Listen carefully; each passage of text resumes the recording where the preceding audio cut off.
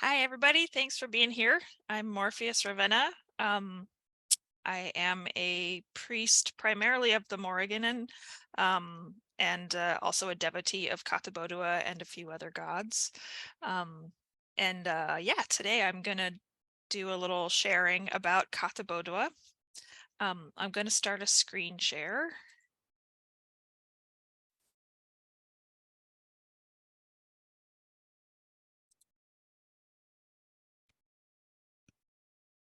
Can we see that? Yep. Okay, awesome.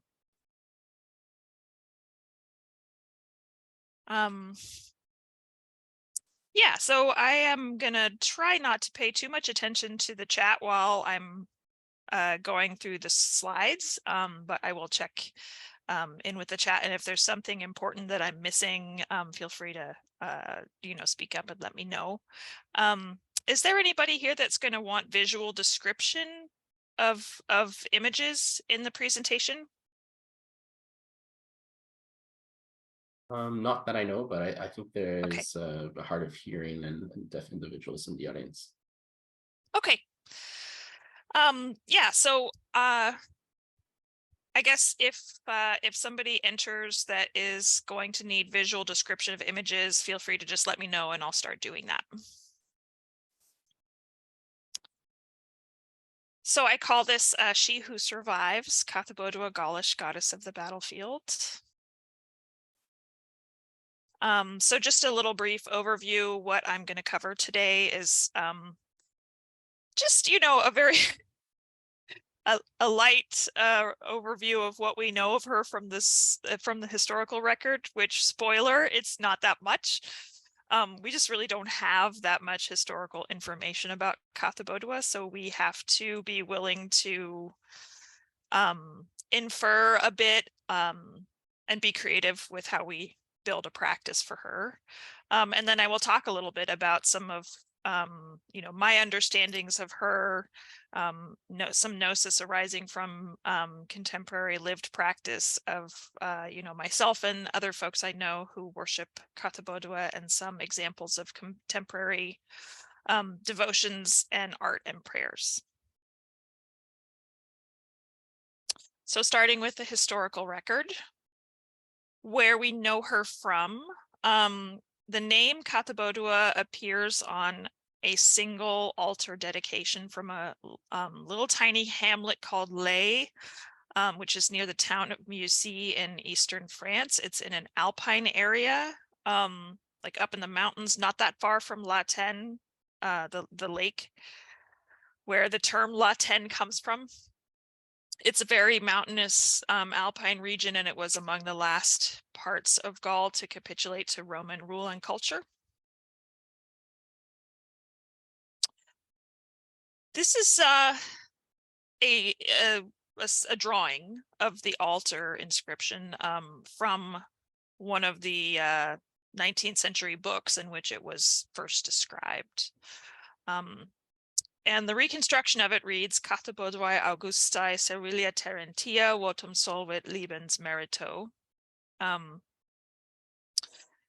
So it's a Latin description. The translation is roughly, to the honored Cathobodua, Servilia Terentia willingly and deservedly completed her vow.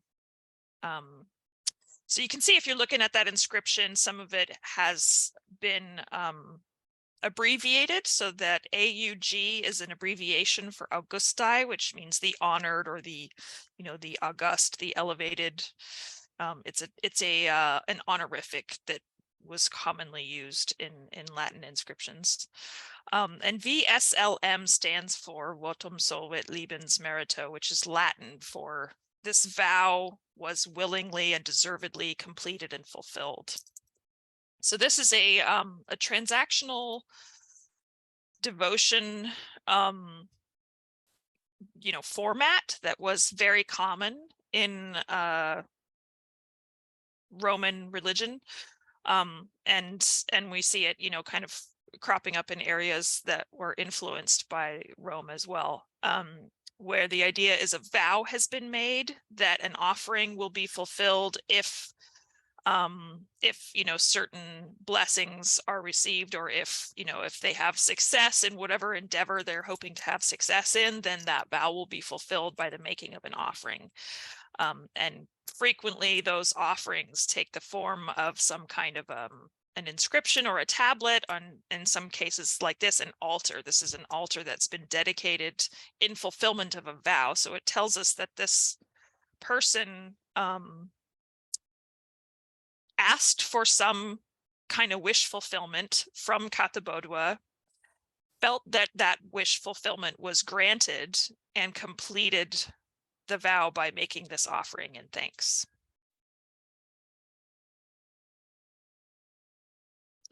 The name Katabodua, you may be able to see it's missing the first letter, so it's the first word on the inscription there, and the C is missing. So that's it's a reconstruction that we interpret it to be Cathobodua. Some of the early scholarship, like studying this altarpiece, suggested that the name might be Catabodua, but my understanding is that it's felt that that would be sort of grammatically strange. Whereas if you assume that there was a C and you read it as Catabodua, there are a great number of linguistic cognates to that name. And so it just kind of makes more sense and has become the accepted theory. But that's how close we are to not knowing her name. The history of this altar: it was found in the 1860s. It was embedded in a stone wall of a house in this tiny hamlet of Lay. Before it was put into the wall of the house, it had been found in a field that has the name Le Fan, which is thought to refer to a fanum, which would be a Gallo-Roman temple site. So the idea is that there may have been a temple at which this was dedicated. It's an area that has been occupied since the Neolithic and has a lot of archaeological remains, and that the area retained some Celtic character fairly late and has a lot of place names in the area with Celtic name origins.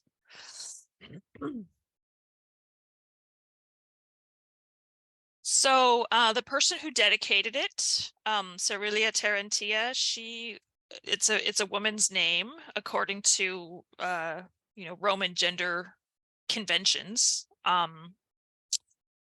It's a citizen's name and uses Latin devotional stylings, but she seems to have been from a local family.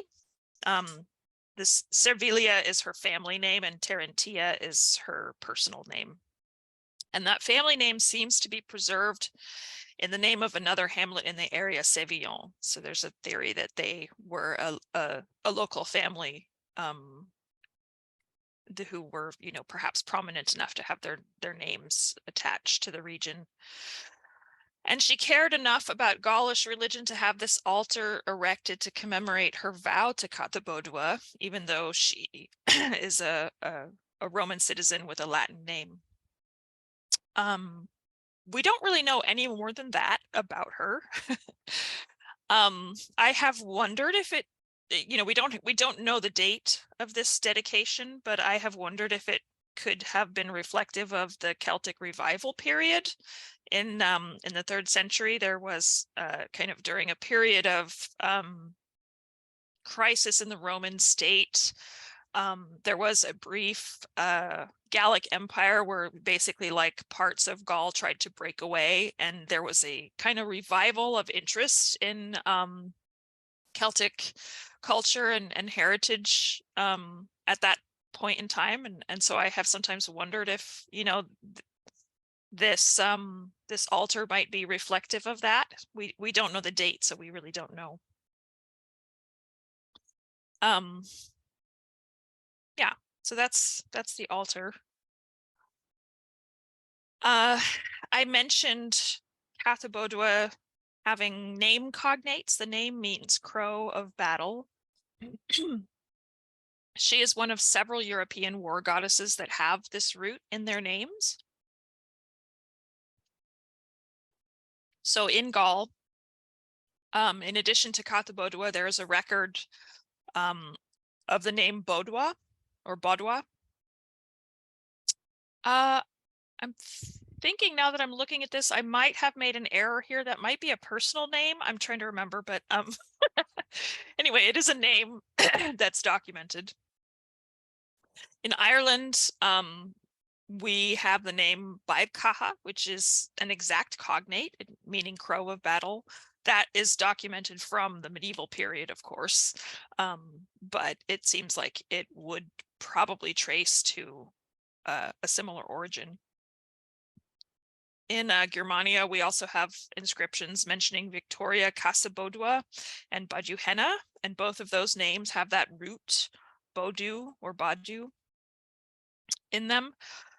Possibly the name Angrboda, who is sort of like witch, sorceress, possibly goddess in Old Norse literature. Scholarship kind of seems to vary on whether that part of her name, Boda, is from the same root as this or not. And since I'm not a linguist, I don't have an answer to that. But, you know, the point here is that this is a motif that comes up a lot and across this sort of wide range of ancient Europe. Goddesses that have this root in their name. And that's one of the reasons why we think the name is Cathobodua and not Catabodua, because it makes sense when interpreted in that way. So it does suggest that there is a goddess of great antiquity with, or that this is a family of goddesses of great antiquity. The common root that these names all share goes back to like the Proto-Indo-European period of language development. So we're talking like late Neolithic, early Bronze Age, somewhere in there. It's thought that the original sense of that root is actually violence, more so than the meaning of crow. The Proto-Indo-European root that it comes from is interpreted to mean like to pierce or possibly to warn or awaken. When it comes into Proto-Celtic as the word Boduo, it signifies combat, war, and violence. And then in Gaulish and Irish and sort of the more, you know, documented languages that it appears in, it has taken on this meaning of crow, or in Irish, Bive also can mean like witch or kind of a scary otherworldly person. And becomes the name of the war goddess. And so there seems to be this sort of chain of association from the sense of violence to the field of battle to these birds that are seen at battlefields. Yeah, so that just sort of signifies that these goddesses go back a long way in the historical record to share this name element. Iconography? Nope. There isn't any iconography that we can concretely link to Cathobodua. We don't have any. We don't know if it existed, like, you know, if there were statues or, you know, reliefs or carvings or whatnot, but they just didn't survive in the historical record or just haven't been found. We don't know if there could have been a taboo around directly representing or making a depiction of a deity like her that is associated with violence in the battlefield. That is speculative. You know, we obviously have other gods of war who are given images in the Gallo-Roman period. Or, you know, it's possible that images are right there in the archaeological record and they're just not labeled in a way that we can tie them directly to her. So we can look for images that could be her. So we'll see where that takes us. Some possible iconography, and this is where we're kind of getting into the speculative. Gauls loved a fancy helmet. So we have these images of fancy helmets. The one on the left is a find from what's now Romania.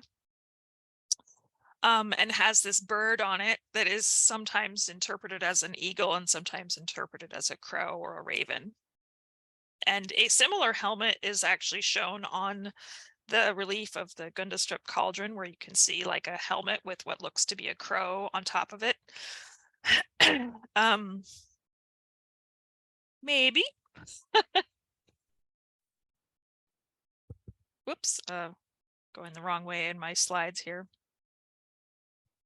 Also looking at another panel on the Gundestrup cauldron, we have this image of, what appears to be a female entity. She has breasts and long hair and, has like a sense of large scale about her, possibly a goddess. And she has what look like crows beside her, and also a little crow in her hand. Maybe. The Gundestrup cauldron is sort of a tricky thing to look at because it's not Gaulish in origin. It was made in, it's thought to have come from Thrace. And the imagery is sort of a mixture of some what we can think of as Celtic themes with Thracian themes.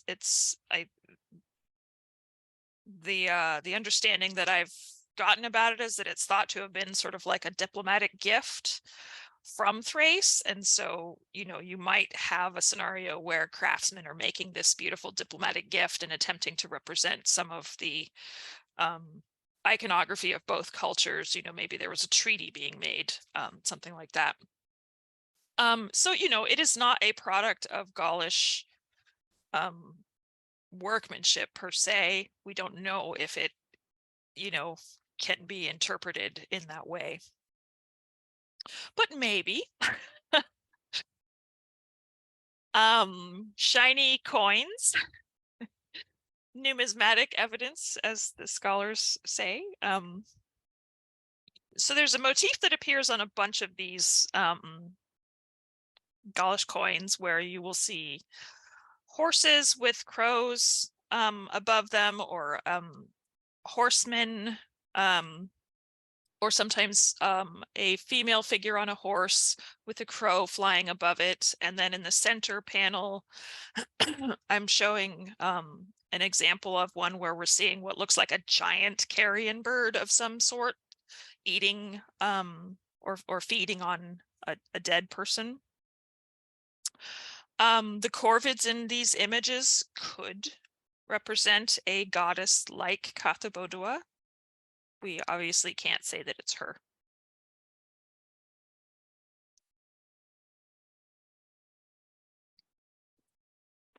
There is also Roquepertu's sanctuary, which is in what's now southern France, outside of Marseille. Was built around the 300s BCE, destroyed by fire in the 2nd century. It features iconography of warriors, skulls, horses, and this large stone vulture statue. This vulture, I'm calling it a vulture. I have seen descriptions of it in some of the old archaeology books that describe it as a goose. But if you actually look closely at it, it has clawed talons, not webbed feet. And it also has like a feathered ruff that actually looks a lot like the species of vultures that are found in that area and in the mountains to the east of there. So I read it as a vulture. The sanctuary that it comes from is thought to have been a shrine for veneration of heroic ancestors, because of that combination of iconography of warriors and skulls and horses and this vulture and kind of the way everything is presented together there. Some more views of some of the statuary from Roquepertu's. On the left, you have these seated heroic statues, ancestors or warriors. If you look close at them, they kind of have what looks like armor incised into the surfaces of them. And then you have these pillars where skulls were displayed that are thought to have been, you know, the skulls of ancestors of the people who built this. On the right, that photo is an older like reconstruction where they had placed the vulture above those skull pillars, and more recent work has kind of debunked that reconstruction, so that they think that the vulture was placed somewhere else. But I didn't have a photo of the more contemporary reconstruction.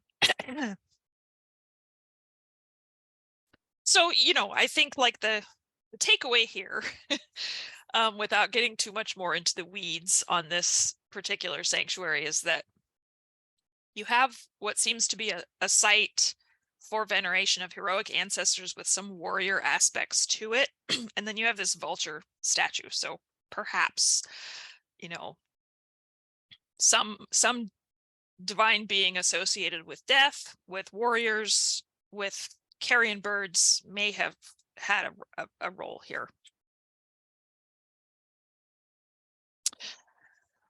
We think Catabodua might have had a funerary or death goddess aspect because several classical writers describe Celtic excarnation practices in which dead warriors were exposed to carrion birds as representatives of a deity who would, you know, eat the flesh and leave the bones.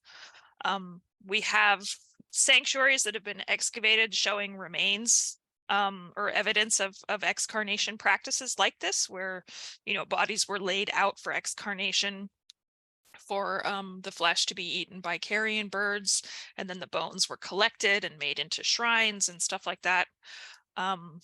So we do know that excarnation was a thing in ancient Gaul, at least parts of it.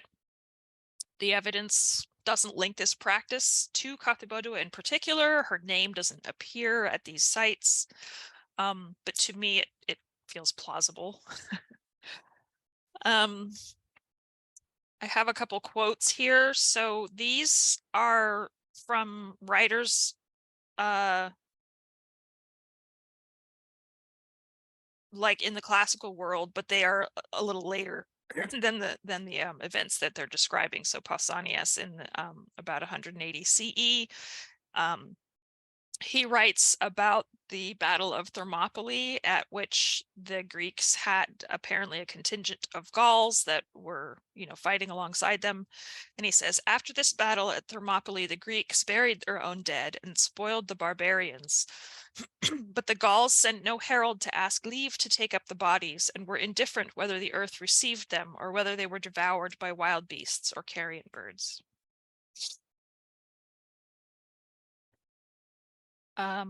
In around 50 CE, Silius Italicus wrote, eager to die in battle, they consider it a crime to burn the body of those who die in this fashion. They believe that their souls return to the heavens and the realm of the gods, as if their corpses are torn to pieces by the greedy bird of prey.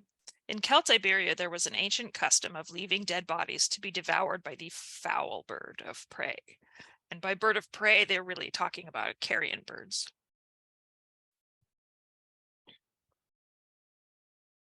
And Aelian in around 200 CE wrote, the Vacae burn the bodies of those who are dead of illness on a pyre, but those who are dead in war, who they regard as noble men of high value, they abandon them to the vultures, which they regard as sacred. Again, these authors are writing a little later than the people that they're describing, but since we do have, you know, archaeological evidence of excarnation, it doesn't seem far-fetched.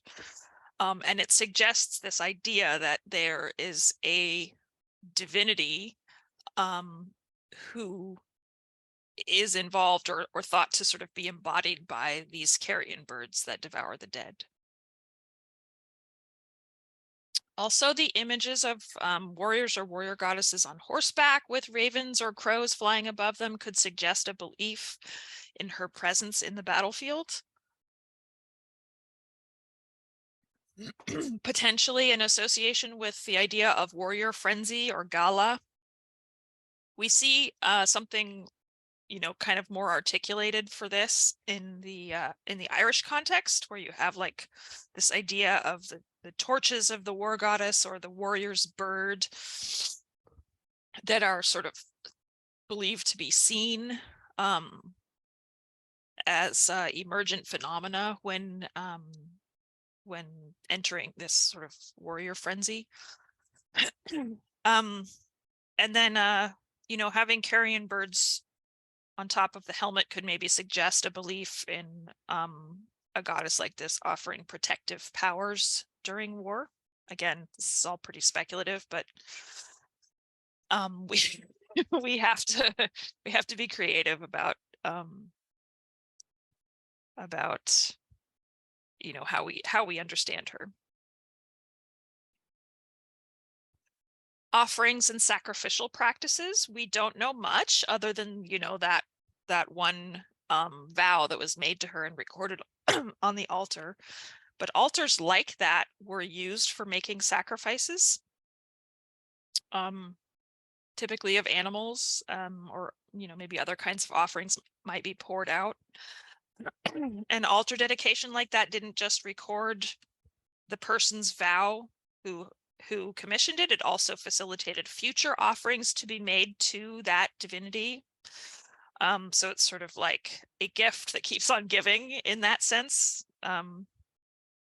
And the remains of offerings that were made on altars would sometimes be placed in ritual pits, or what's sometimes called hollow altars, that would then be covered and allowed to decompose. This is something we see in some of the sanctuaries that have been excavated. So it's it's reasonable to imagine this being part of what went on here. Of course, also we have a lot of votive objects being deposited in lakes and water sites, or kept in kind of treasure houses at shrine sites. And so practices like that would probably have made sense for Katabodua's cult as well. And that's about it on terms of anything we can draw from the historical record. I'm just going to do a time check. It's a 1:15. How much time do I have? You have quite a bit of time. The next presentation starts 10 past the hour. Oh, okay, cool. So we'll get into some of the contemporary devotionals. Yeah, so I wrote up, just some personal reflections on Cathobodua in my own experiences with her. I was encouraged by them, Oregon, to learn about and connect with her, and I see them kind of as cousins and part of this, family of related war goddesses, like I mentioned. Katabodua feels very ancient to me, but there is an even older layer that to me feels kind of like an ancestor to all these Corvid war goddesses, maybe from the Neolithic kind of period or somewhere just sort of very far back. I sometimes just think of her as Bodwa.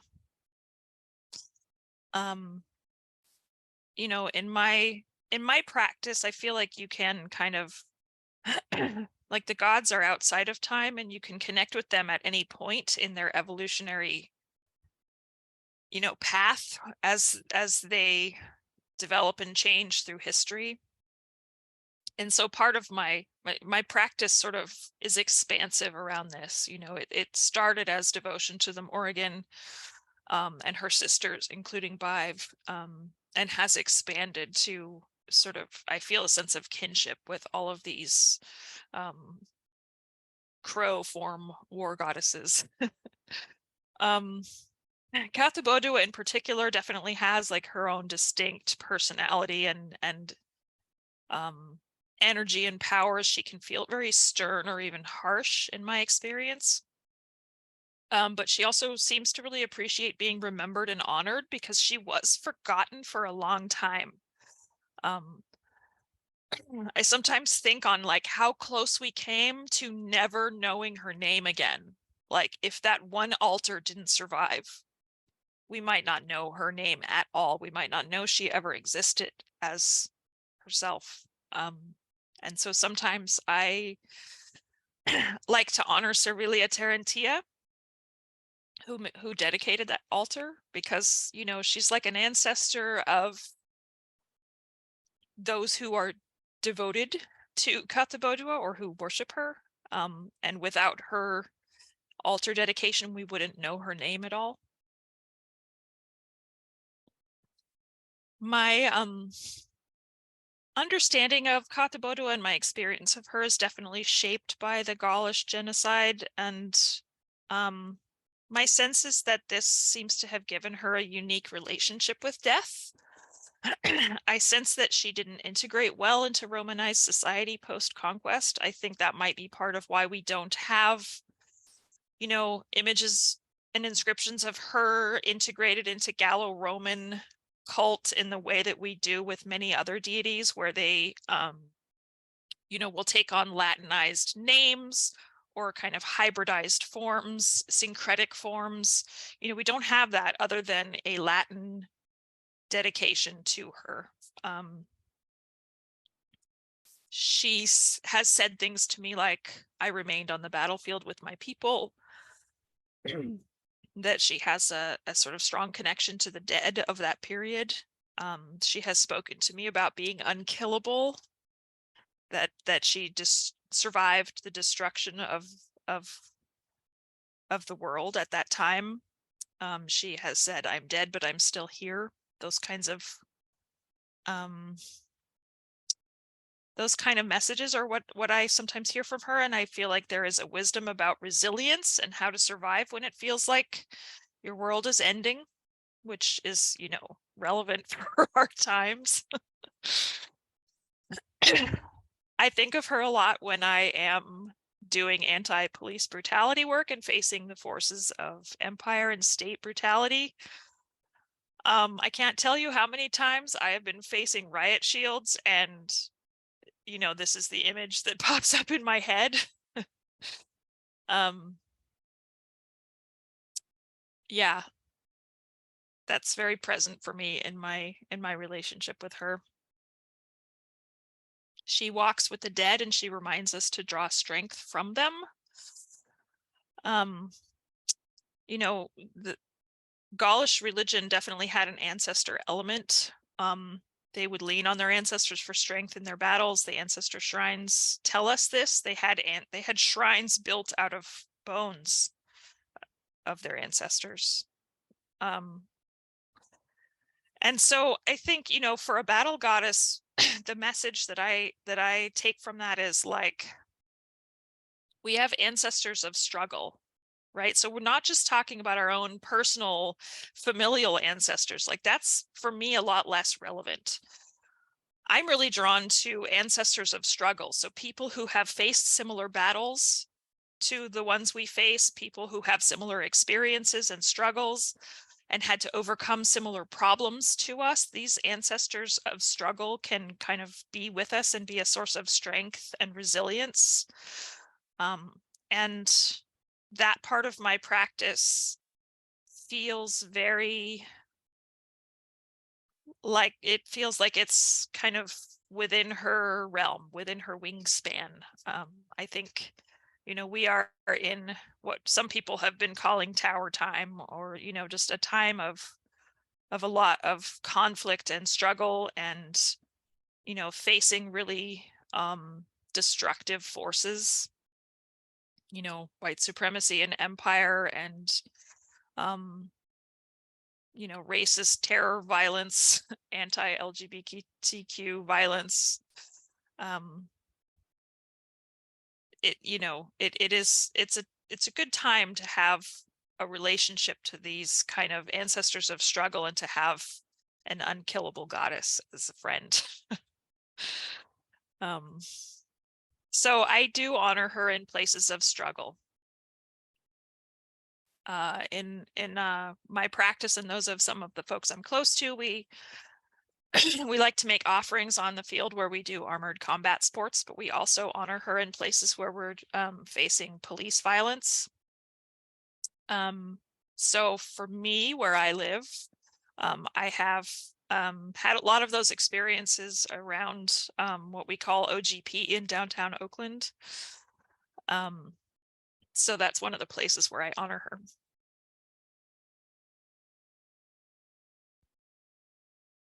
And then I just wanted to share some contemporary art that's been done in her honor.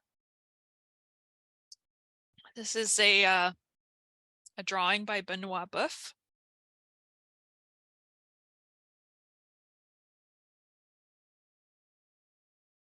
And this is one by Liz Conley. Looks like it may have been a poster of some sort for something.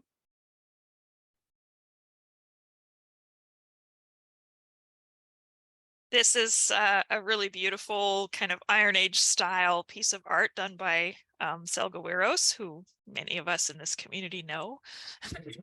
I love this piece. Selgawiros also made this devotional icon that I'm showing in the picture here, and this is a photograph of a devotional ritual that I did with some close friends from the Koru priesthood during a pilgrimage over there. This was at the hill fort of Gergovia. And you can also see that pendant there with the little vulture-y looking sigil on it that was made for her by Sophia Fate Changer. So yeah, just a little portrait of a devotional ritual where some offerings were made. This is my painting that I did for her.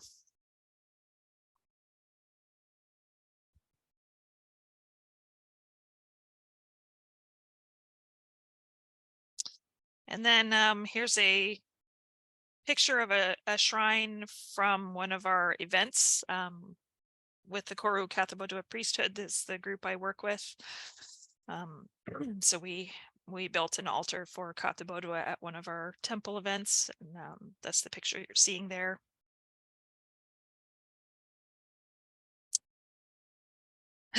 And then since I think we maybe do still have some time, I wanted to share some prayers and liturgies for her. So this one is adapted by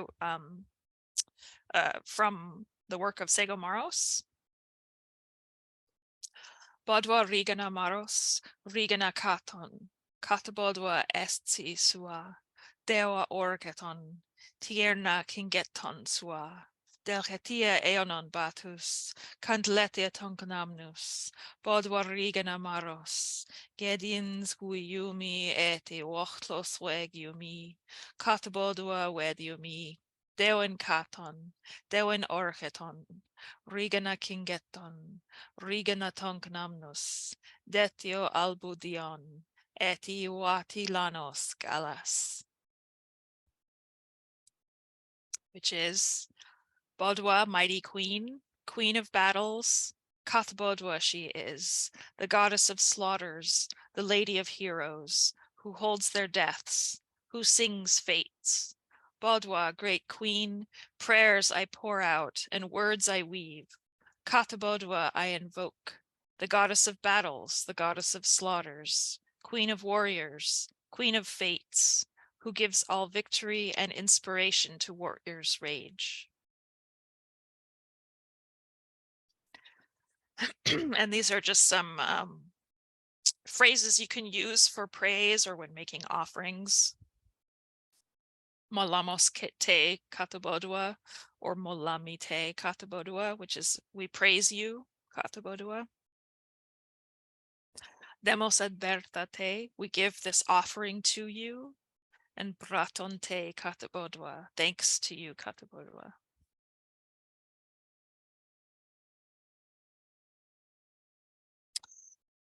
This is a prayer written by Jess at the Bloody Bones blog.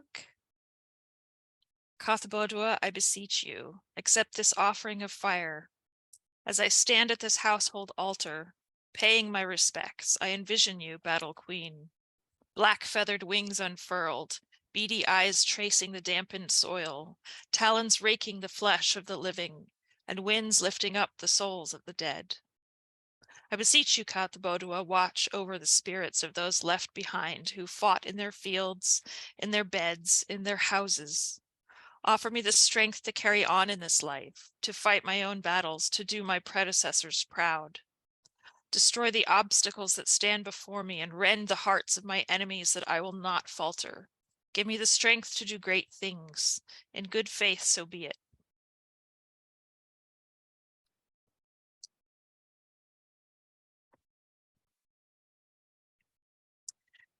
And this prayer from Fieldstone's blog. I call to Katabodua, mother of battle, mother of victory, as fierce and fond as any whose children ever wept. Katabodua, the raven's cry is yours, O goddess, razor sharp, and the unceasing gaze of that black-winged soul. Yours are the farmlands, the fields of grain long rooted in the blood-fed soil. Yours are the peaks that cleave the land. Yours the voices of the faithful echoing through mount and vale. Your lands are lovely, goddess, as radiant and rare as any in all the world, a beauty torn from sorrow, built upon joy. Katabodua, I offer my words of praise.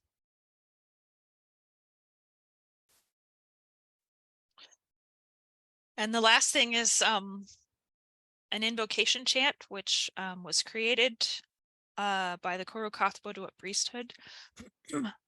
I want to make a note here that the language is not correct historical Gaulish, it's liturgical. It's sort of like, we wrote this in about 2012 when I was first encountering Gaulish, devotional stuff at all. And I didn't know much about anything, but she wanted a chant. And so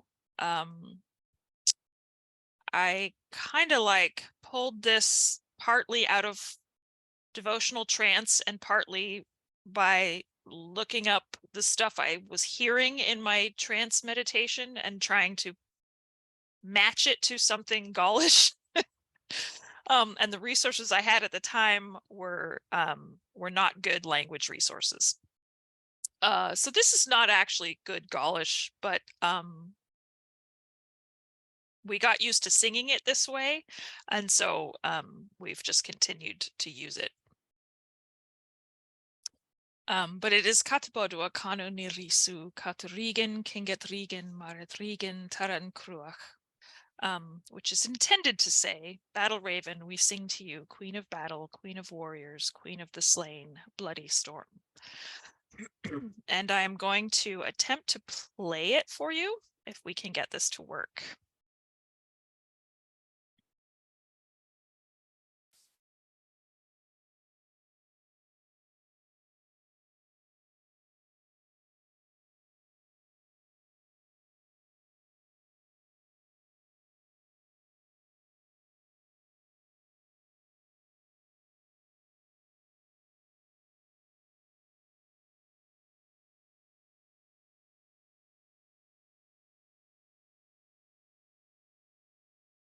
Cathobodua kanu nirisu, Cathobodua kanu nirisu, Cathobodua kanu nirisu, Cathobodua kanu nirisu, Caturigen kingethrigen carethrigen taransua, Caturigen kingethrigen carethrigen taransua, Caturigen kingethrigen carethrigen taransua, Caturigen kingethrigen carethrigen taransua, Caturigen kingethrigen carethrigen taransua, Caturigen kingethrigen carethrigen taransua, Caturigen kingethrigen carethrigen taransua, Caturigen kingethrigen carethrigen tarankrua, Caturigen kingethrigen marethrigen tarankrua, Caturigen kingethrigen marethrigen tarankrua, Caturigen kingethrigen marethrigen tarankrua, Caturigen kingethrigen marethrigen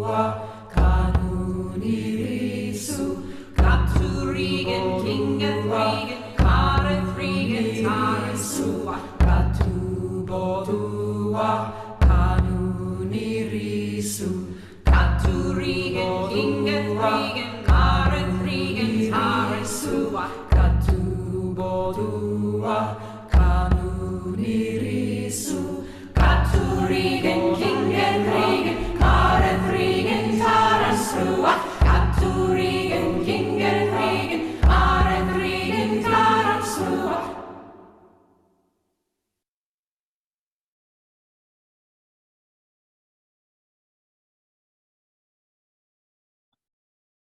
So yeah, that's the end of what I have to share.